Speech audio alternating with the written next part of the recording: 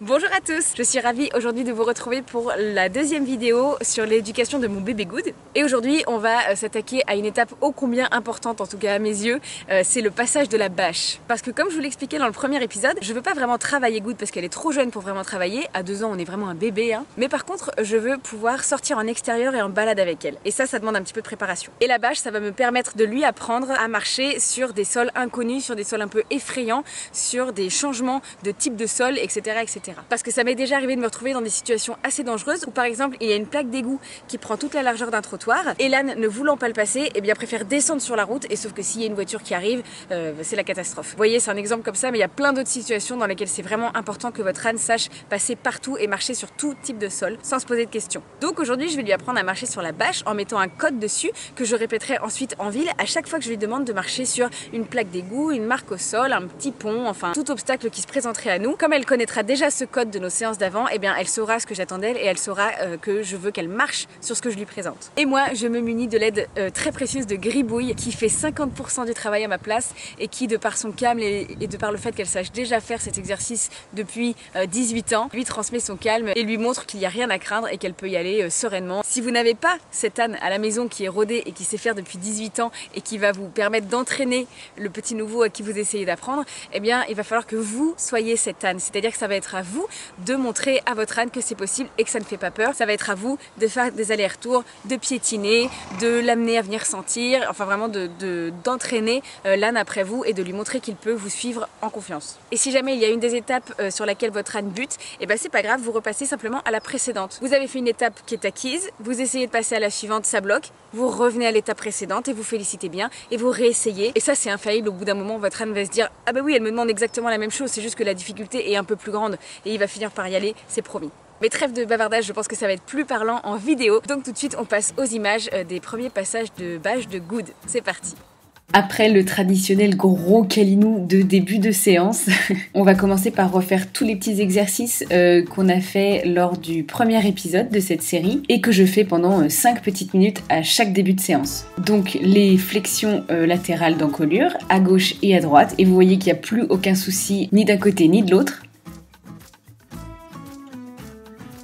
Et pareil pour la pression sur sa nuque, que ce soit vers le bas ou vers l'avant, qui était la session qui lui posait le plus de problèmes. Souvenez-vous, si vous avez vu la première vidéo, elle se braquait très fort contre cette pression-là et tirait au renard, etc. Et maintenant, à force de pratiquer ces exercices peu longtemps mais souvent, 2 grammes dans la longe et elle cède à la pression, donc c'est génial. Pareil, très belle progression depuis la première vidéo. Maintenant, j'arrive à chasser ses hanches avec juste le stick, plus besoin de la pousser avec le poids de mon corps. Avec les épaules, on n'en est pas tout à fait encore là, mais pareil, c'est très léger, ça vient tout seul, donc je suis vraiment contente, c'est super.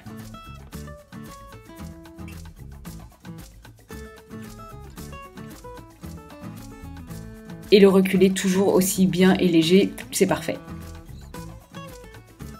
On va terminer ce petit échauffement par le tout premier petit tour de cirque que j'ai décidé d'apprendre à Good à l'occasion de ses 2 ans.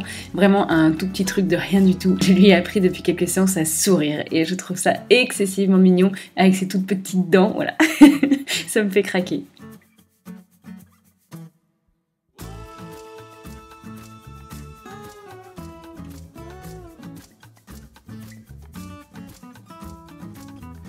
Allez, trêve de gagaterie, il est temps que je me munisse de ma bâche, que je la plie sur elle-même jusqu'à ce qu'elle ne fasse plus qu'une bande de 10-20 cm de large, que je vais maintenir au sol avec 2 plots, et on va pouvoir commencer l'exercice qui nous intéresse. Je vais commencer par juste emmener Good voir le dispositif, voilà, parce que je veux qu'elle le sente une première fois, qu'elle fasse connaissance notamment avec les cônes, parce que ce serait quand même dommage qu'elle ait peur des cônes et que du coup elle refuse de s'approcher de la bâche alors que la bâche lui poserait pas forcément de problème, vous voyez. Donc bref, on tourne autour, on sent, on fait un petit peu de bruit avec les objets et puis quand elle a l'air parfaitement sereine et calme et en confiance, et on y va. Je demande à mon chéri qui est là gentiment pour m'aider de me précéder avec Gribouille. Comme elle enjambe ça sans même le regarder, sans sourciller, Good se calque sur ce modèle et passe en enjambant pareil, vraiment sans aucun problème. Je la félicite bien et c'est parti pour un passage dans l'autre sens qui se passe tout aussi bien. Bien entendu, je commence dès cette toute première étape à mettre mon code. Dès qu'on arrive en face de l'obstacle, je lui dis marche dessus. C'est ce que j'ai choisi, vous pouvez vraiment dire n'importe quoi, le code de votre choix. Le seul truc c'est de s'y tenir et de dire le même code à votre âne à chaque fois que vous lui demanderez comme ça de passer sur un obstacle en marchant. Et comme ça se passe très très bien, pour le troisième passage, cette fois c'est nous qui allons passer en tête, plus de gribouilles pour nous entraîner, on y va toute seule en premier. Je décide d'augmenter un peu la difficulté et de déplier une fois ma bâche, histoire qu'elle fasse environ 40-50 cm de large. On repart exactement sur le même principe. Gribouille en tête ouvre la marche et Good suit le mouvement et enjambe gentiment derrière. On fait 2 passages comme ça pour se familiariser et puis un troisième toute seule sans Gribouille en tête. Là c'est encore très facile parce que enjamber c'est naturel, c'est normal. Ça permet de pas être en confrontation directe avec l'obstacle. C'est après que ça va se corser un petit peu quand il va vraiment falloir poser le pied dessus. Chose que je fais déjà moi-même si vous regardez bien, moi je n'enjambe pas, je marche dès le début dessus histoire de la familiariser au bruit et puis qu'elle voit que moi je le fais vraiment sans me poser de questions et que ça ne me met pas en danger. Et bien sûr je continue de lui répéter mon code marche dessus et de la féliciter dès qu'elle a passé l'obstacle. À nouveau j'augmente la difficulté en dépliant encore un peu plus ma bâche et c'est reparti, cette fois il va vraiment s'agir de poser un pied dessus. Donc Gribouille et son calme olympien nous précèdent. Vous voyez que Good a un peu la tête vraiment dans les fesses de Gribouille mais je laisse faire parce que ça la rassure. Elle se fie corps et âme à elle et moi ça me va très bien et puis comme ça elle est pas trop regardante de là où elle met les pieds et vous voyez qu'au final elle passe dessus sans vraiment le remarquer ou en tout cas sans paniquer du tout. Elle a à peine un tout petit mouvement d'hésitation mais elle marche bel et bien dessus donc moi je l'arrête tout de suite pour bien la féliciter. C'est typiquement à ce genre d'étape là qu'il faudrait pas hésiter à revenir à l'étape d'avant si jamais votre âne refusait de mettre un pied dessus. Avant ça vous pouvez bien sûr insister un petit peu tout en douceur, vous faire des allers-retours sur la bâche, la piétiner pour faire un peu de bruit, lui faire baisser la tête pour qu'il vienne la sentir, enfin vous pouvez essayer de le rassurer jusqu'à ce qu'éventuellement il passe ou si vraiment vous sentez que ça ne mène à rien, et ben repassez à l'étape d'avant, refaites 1 ou 2 passages autour de la bâche de 50 cm en insistant bien sur le code et puis à nouveau augmenter la difficulté. En parlant d'augmenter la difficulté, c'est exactement ce que je fais. Là ça commence sérieusement à ressembler à quelque chose puisqu'il va falloir faire 2 pas dessus et comme vous pouvez le voir toujours dans le sillon de Gribouille, on sent qu'elle prend un peu sur elle, on sent qu'elle a un peu la trouille mais elle y va donc c'est vraiment super, je la félicite fort et puis on fait 2 passages avec Gribouille et un toute seule comme des grandes. Comme malgré son courage tout à fait évident, elle a quand même un petit geste qui traduit le fait qu'elle est pas très à l'aise. Lors du 3e passage, je vais m'arrêter au milieu de la bâche, histoire de marquer le coup et de la féliciter vraiment avec les pieds sur la bâche pour qu'elle comprenne vraiment qu'elle y est en sécurité et qu'elle a rien à en craindre.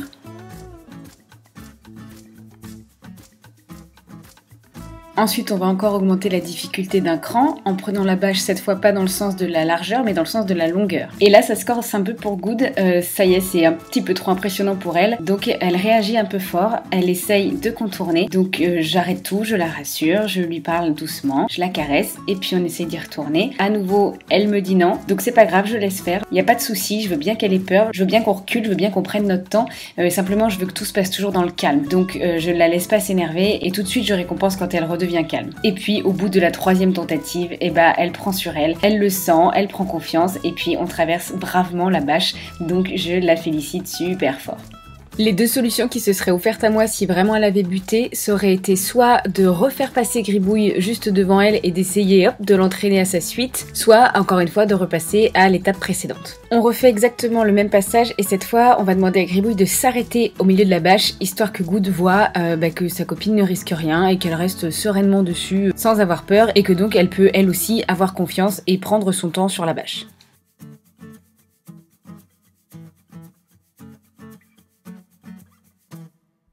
On tente un passage à l'autre main, je le fais pas encore tout de suite sans Gribouille parce que je la sens pas encore prête pour ça. D'ailleurs la preuve, elle va s'arrêter d'elle-même au milieu de la bâche et la sentir, comme quoi elle en a pas encore tout à fait fait le tour. Donc je vais féliciter et encourager cette initiative en lui déposant une poignée de friandises par terre pour qu'elle la mange directement sur la bâche. Il n'y a pas meilleure façon de faire connaissance avec un objet qu'en mangeant carrément sa friandise, sa récompense dessus.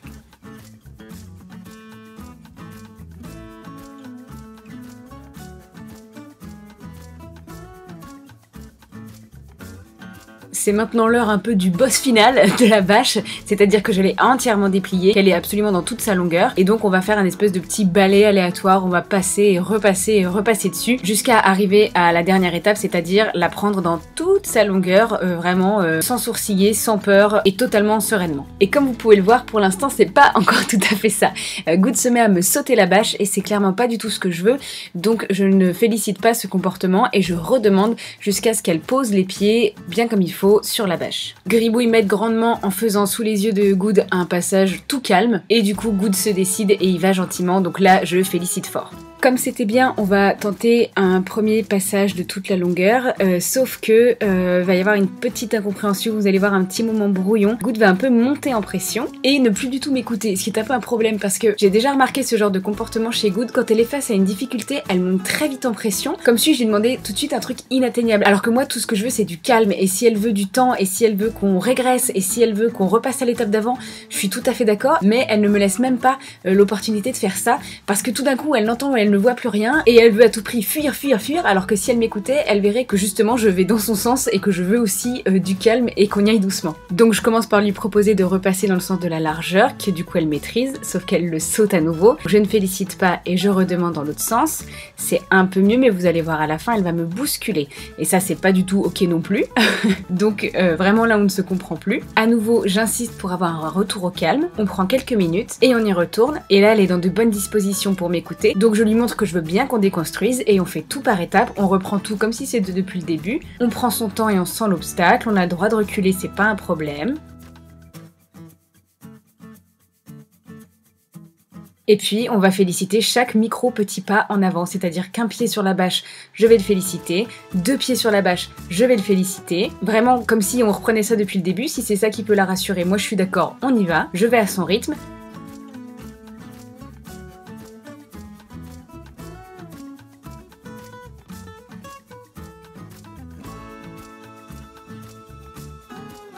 Et quand elle a bien pris son temps et qu'elle le sent, et bah on fait un passage complet dans le calme.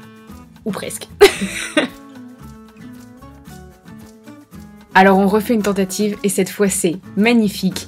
On aborde dans le calme, on arrive à s'arrêter au milieu de l'obstacle pour marquer le coup et on ressort dans le calme, c'est un sans faute, c'est tout parfait.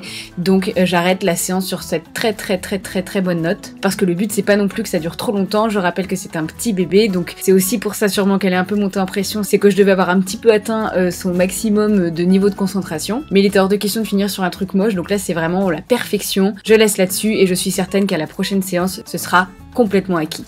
Et ben voilà pour cette petite séance de désensibilisation à la bâche. Vous voyez à quel point c'est utile parce que ce genre de réaction un petit peu forte, je préfère les avoir auprès dans un environnement complètement sécure plutôt que au milieu d'un carrefour parce qu'elle refuse de me passer une ligne blanche au sol par exemple. C'est typiquement le genre d'exercice qui va nous permettre de sortir en extérieur en toute sécurité. Et en plus, grâce à ce genre d'exercice, non seulement elle apprend à passer partout, parce qu'encore une fois, là, il ne s'agit que d'une bâche, mais le fait qu'elle ait associé le code marche dessus, si je lui redonne le code marche dessus en lui montrant une plaque d'égout, en lui montrant une flaque d'eau, en lui montrant des lignes au sol, eh bien elle comprendra ce que j'attends d'elle, donc ça va lui permettre de passer vraiment sur tous les obstacles. Mais en plus, elle va apprendre aussi à réagir et à gérer sa peur et à se rendre compte qu'en cas de frayeur, la solution, c'est pas de se mettre à tirer au renard, c'est pas de faire ces petites bébés levades là, mais plutôt qu'elle peut avoir confiance en moi, qu'on peut absolument tout faire dans le calme et qu'on trouve toujours une solution dans la douceur. Voilà, et ben j'espère vivement que cette vidéo vous aura plu et vous aura aidé dans l'éducation de votre ânon ou de votre âne tout court d'ailleurs, parce qu'il n'est jamais trop tard pour apprendre à un âne à marcher sur une bâche. Si vous avez des questions, n'hésitez pas à me les poser en commentaire, j'y répondrai avec grand plaisir. Si je peux apporter plus de conseils, etc., ce sera avec plaisir. Je vous fais de très gros bisous et je vous dis à très bientôt pour la suite de l'éducation de mon bébé mammouth.